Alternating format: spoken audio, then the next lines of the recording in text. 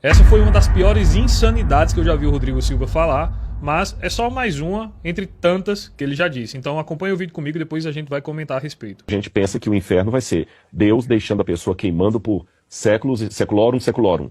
Tipo os autores da Bíblia? Eu, Rodrigo, pelo que eu leio da Bíblia, o olam... mas a Bíblia fala que não vai ter descanso nenhum, nem de dia nem de noite.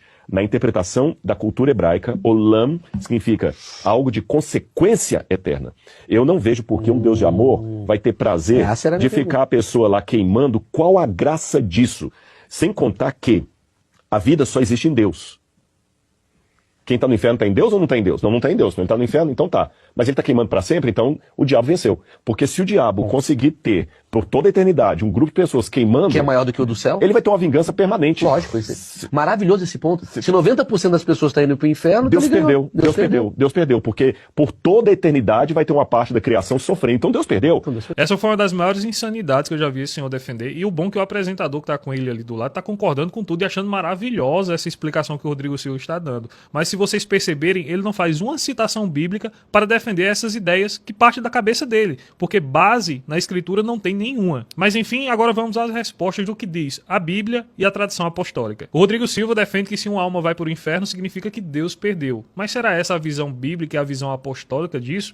Ou isso será uma consequência da liberdade humana? Antes de tudo, é necessário compreender o que de fato é o inferno, e para isso vamos a duas citações bíblicas. A primeira está em Mateus capítulo 25, versículo 41, que diz: "Apartai-vos de mim, malditos, para o fogo eterno, preparado para o diabo e para os seus anjos." E a segunda está em 2 Tessalonicenses capítulo 1, versículo 9, que diz: "Eles sofrerão a pena de eterna perdição, excluídos da presença do Senhor." A Bíblia deixa claro que Deus não criou o inferno para o homem, mas para os anjos rebeldes. A condenação humana acontece quando alguém livremente rejeita a graça até o fim. Pois até no último instante de vida, se você tem de fato uma contrição perfeita dos seus pecados, você pode alcançar o céu. E o exemplo perfeito que temos é o ladrão na cruz. No último instante, nos últimos momentos, ele tem uma contrição perfeita de fé dos seus atos que foram contra Deus, reconhece em Jesus Cristo o seu Salvador e é o primeiro a entrar no reino dos céus. E agora eu quero trazer para vocês uma visão patrística dos primeiros padres da história da igreja, ou seja, sucessores diretos dos apóstolos. Vamos começar com Santo Irineu de Lyon, que disse: "A perdição é o afastamento voluntário de Deus, e Deus não força ninguém a viver." São João Crisóstomo também diz: "O inferno não é uma falha de Deus,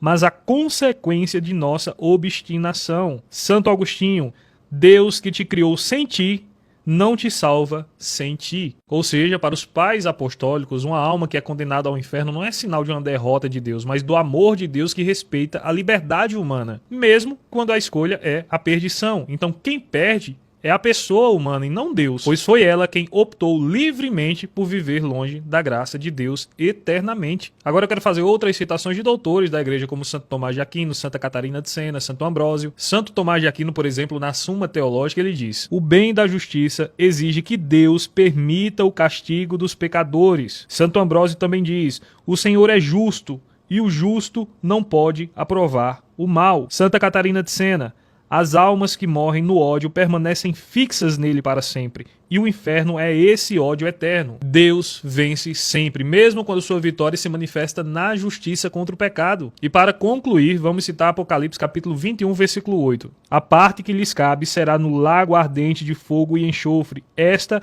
é a segunda morte." O inferno não é o lugar onde Deus perde, mas onde o homem confirma para sempre a sua escolha de viver sem ele. A vitória de Deus é eterna, seja na salvação dos santos ou na justiça contra o mal e contra o pecado. Esse é só mais um vídeo desmascarando as balelas do pastor Rodrigo Silva. Que Deus os abençoe, salve Maria e viva a Santa Igreja Católica.